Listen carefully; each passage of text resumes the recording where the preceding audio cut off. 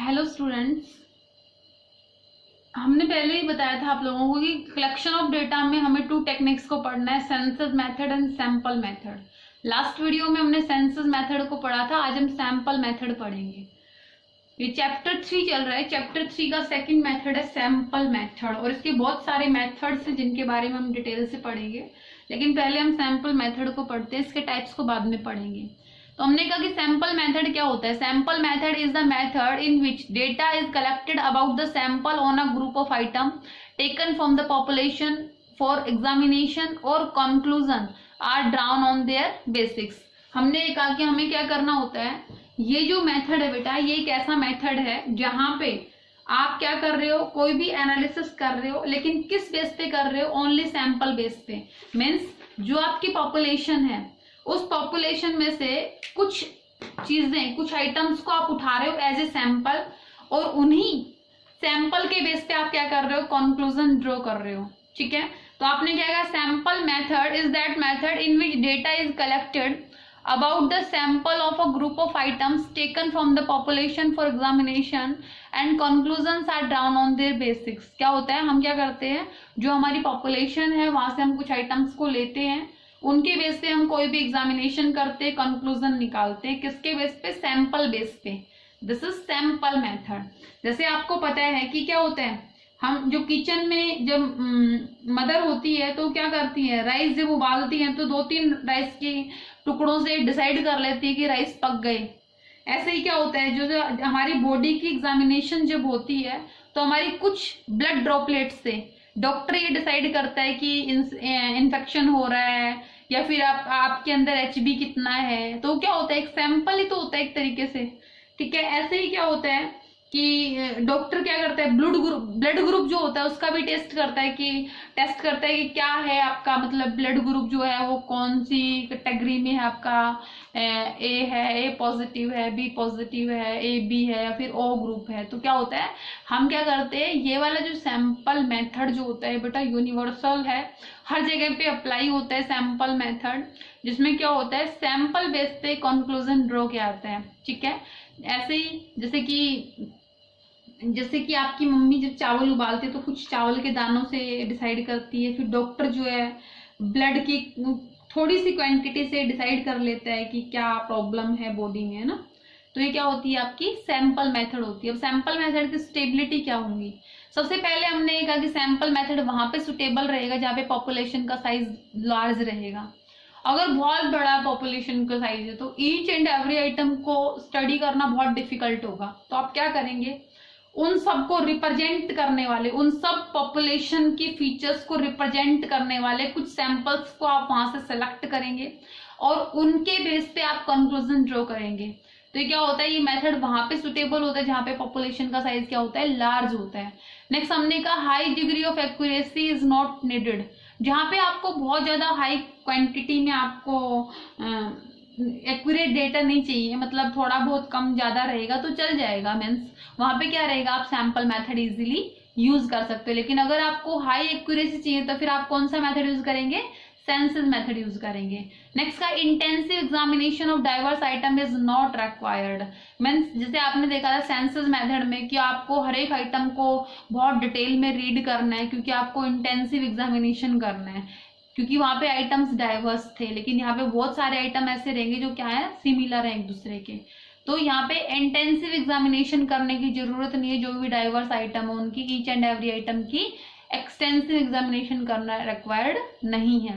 Next आपने कहा when different units of the universe are broadly similar to each other. मतलब क्या हो रहा है, जो भी हमारी यूनिवर्स है, जो भी हमारी साइज ऑफ पॉपुलेशन है, वहां पे जितने भी आइटम्स हैं, हालांकि वो बहुत सारे आइटम डाइवर्स है लेकिन फिर भी बहुत सारे आइटम सिमिलर भी हैं। तो मतलब वहां से आप इजीली क्या कर सकते हो, सैंपल निकाल सकते हो और सैंपल के बेस पे आप स्टडी कर सकते हो। तो आपने क्या कहा, ये कहाँ पे सुटेबल रहेगा ये मेथड, जहाँ पे पॉपुलेशन का साइज क्या रहेगा, लार्ज रहेगा, जहाँ पे आपको हाई डिग्री ऑफ एक्यूरेसी की रिक्वायरमेंट नहीं होती, जहाँ पे आप एक्सटेंसिव एग्जामिनेशन की जरूरत नहीं है आपको, जहाँ पे जो आपके यूनिवर्स के आइटम्स हैं वो एक दूसरे के सिमिलर हैं, मीन्स डिफरेंट यूनिट्स नहीं है। ठीक है, तो तो आपने क्या कहा, डाइवर्स आइटम आपके नहीं है। तो ये मेथड बेटा यहाँ पे सुटेबल रहेगा, जहाँ पे आप क्या करेंगे, इन फीचर्स का सामना करेंगे। तो ठीक है।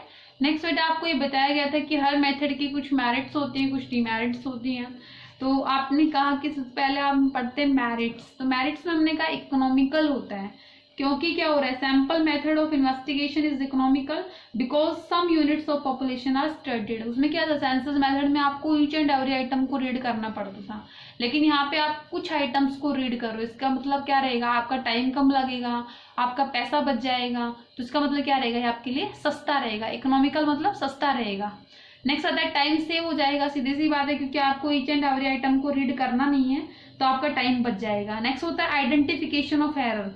बेटा क्या होता है, जब आइटम सिमिलर होते हैं ना, और उनमें से आपने सैंपल अगर सिलेक्ट कर लिया, तो क्या रहेगा, आप ना इजीली क्या कर सकते हो, कोई भी जो आपकी एरर है उसको फाइंड आउट कर सकते हो, क्योंकि आपका जो सारे आइटम्स है वो लगभग सिमिलर है ना। तो वहां पे क्या होता है, थोड़ा सा भी अगर कुछ गलत होता है तो तुरंत नजर में आ जाता है। लेकिन सेंसस मेथड में क्या था, सारे आइटम डिफरेंट डिफरेंट थे, तो कुछ अलग भी कुछ गलत भी हो रहा है तो भी पता नहीं चलता था। लेकिन सैंपल मेथड वो मेथड होता है जहाँ पे क्या होता है, लिमिटेड नंबर ऑफ आइटम्स को कवर किया जाता है ना, क्योंकि हमने एज ए सैंपल तो लिमिटेड आइटम्स को उठाया, तो हम उन लिमिटेड आइटम्स को ही कवर कर रहे हैं। तो इसका मतलब क्या होता है, क्योंकि लिमिटेड आइटम्स को कवर कर रहे हैं इसलिए बहुत ईजी है एरर को फाइंड आउट करना। To that extent sampling method show better accuracy. इससे क्या होगा, जो सैंपल मेथड जो होता है वो ज्यादा एक्यूरेसी प्रोवाइड करता है।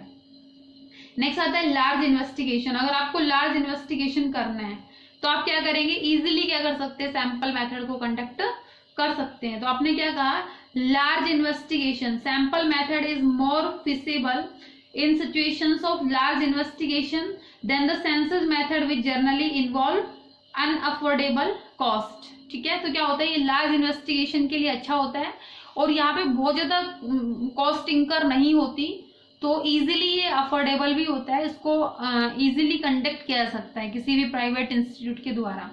नेक्स्ट आता है एडमिनिस्ट्रेटिव कन्वेंस। सीधी सी बात है, एडमिनिस्ट्रेटिव जो है प्रशासन जो है उसके लिए भी ये कन्वीनियंट रहेगा, अच्छा रहेगा, क्योंकि आपको लिमिटेड आइटम्स को स्टडी करना है, तो आप इजीली अपने आप को कैपेबल और एफिशिएंट समझेंगे, इसलिए आप क्या कर सकते हैं, ये मेथड आपको एडमिनिस्ट्रेटिव भी कन्वेंस प्रोवाइड करेगा। नेक्स्ट आता है मोर साइंटिफिक। अब आपको पता है बेटा, सैंपल सिलेक्ट करना बहुत आसान काम नहीं होता।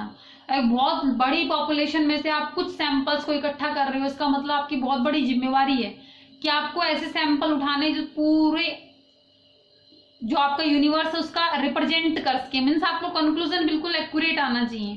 तो ये बड़ी जिम्मेवारी वाला काम होता है सैंपल सिलेक्ट करना, तो ये साइंटिफिक होता है। जो बड़े बड़े एक्सपर्ट्स जो हैं वही इस काम को कर सकते हैं। तो क्या कहेंगे, ये मेथड जो होता है ये मोर साइंटिफिक होता है।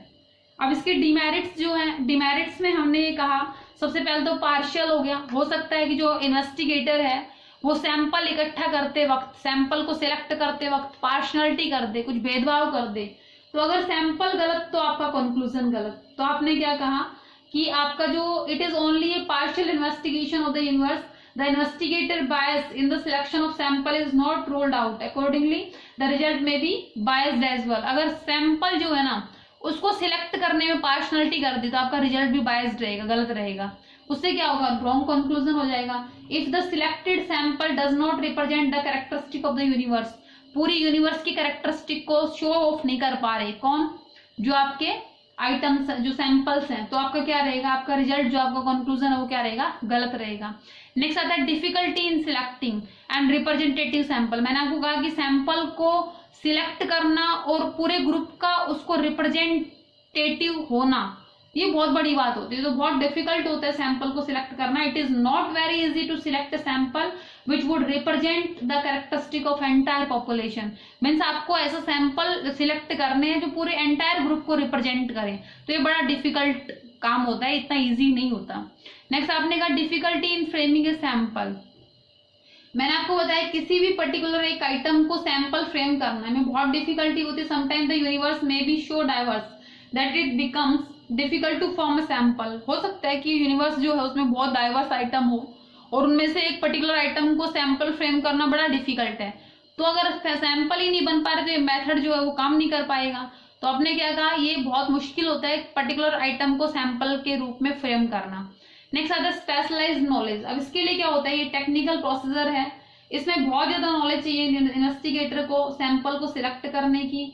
अगर सैंपल सही रहेंगे तो कंक्लूजन सही रहेगा। इट मीन्स आपका सैंपल मेथड जो है वो पूरा कंप्लीटली बेस होता है एनुमरेटर के टैलेंट के ऊपर, इन्वेस्टिगेटर के टैलेंट के ऊपर, कि उसको कितनी टेक्निकल नॉलेज है पूरी यूनिवर्स में से सैंपल को सिलेक्ट करने की। अगर आपका सैंपल सही से सिलेक्ट हो गया तो आपका कंक्लूजन सही रहेगा, अदरवाइज आपके द्वारा जो कंक्लूजन ड्रॉ होगा दैट विल बी रॉन्ग। इसीलिए क्या है, सैंपल मेथड जो है बहुत ही टेक्निकल मेथड है और इसको एक्सपर्ट्स यूज करते हैं। ठीक है, तो I will repeat the same content again. हमने कहा कि सैंपल मेथड क्या होता है। Sample method is that method in which data is collected about the sample on a group of item taken from the population for examination and conclusions are drawn on their basis. हमने क्या कहा कि आप क्या कर रहे हो, आप डेटा कलेक्ट कर रहे हो, डेटा कलेक्ट करने के बाद में आप क्या कर रहे हो, उन डेटा में से कुछ सैंपल उठा के फिर आप क्या कर रहे हो, एग्जामिनेशन कर रहे हो और कंक्लूजन ड्रॉ कर रहे हो।